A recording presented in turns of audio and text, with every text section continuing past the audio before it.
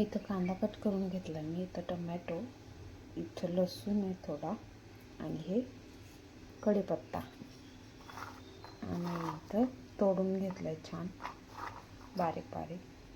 तर इथं गरम करायला ठेवले कढई. तर कढई गरम झाली तर आता आपण तेल टाकू, त्यामध्ये जिरे मोहरी टाकू, चांगले तडतडून द्यायचं. त्यामध्ये नंतर लसूण, कढीपत्ता,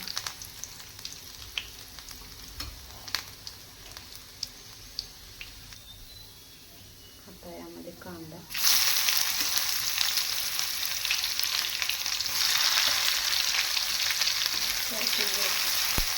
चांगला परतून घ्यायचा.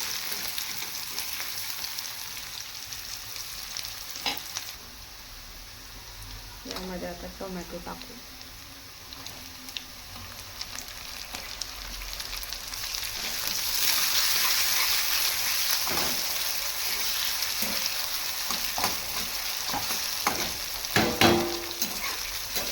यामध्ये आता आपण मसाले टाकू.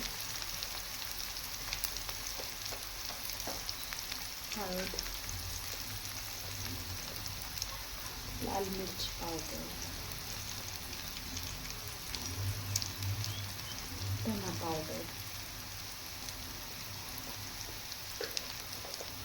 मसाला पुडी, गरम मसाला मिक्स करून घ्यायचं.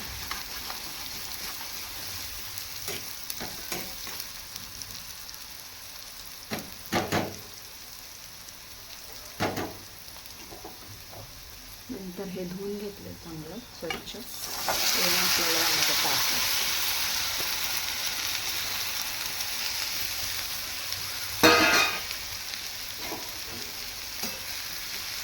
मिक्स करून घेऊ.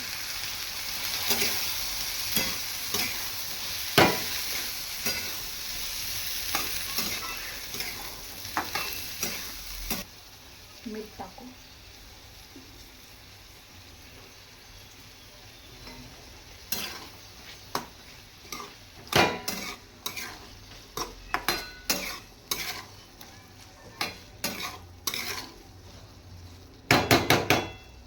बारीक गॅस केला. आता आपण याला शिजू दे.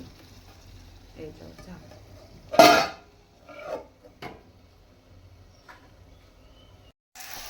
तर आता इथं आपली भाजी शिजलेली आहे बघा. यामध्ये आता आपल्याला कूट टाकायचं.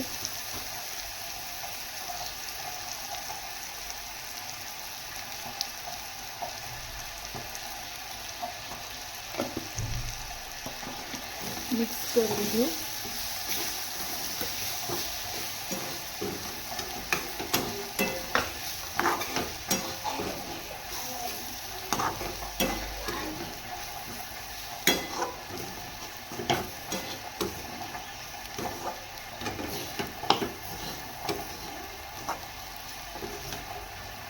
बघा भाजी आपली तयार झाली आणि किती छान दिसते. आणि मी पण ट्राय करते आणि तुम्हाला सांगते कशी झाली. चला, तर मी आता भाजी ट्राय करते. शुभमला थोडी डब्याला दिली आणि थोडी मला ठेवले. तर बघू कशी झाले. आणि हे मी पहिल्यांदाच आम्ही ट्राय करते. म्हणजे कधी आम्ही हे भाजी बनवलीच नव्हती. फक्त पुलाव त्याला ते वापरत होते, फ्रेंच बीन्स. तर बघू चला.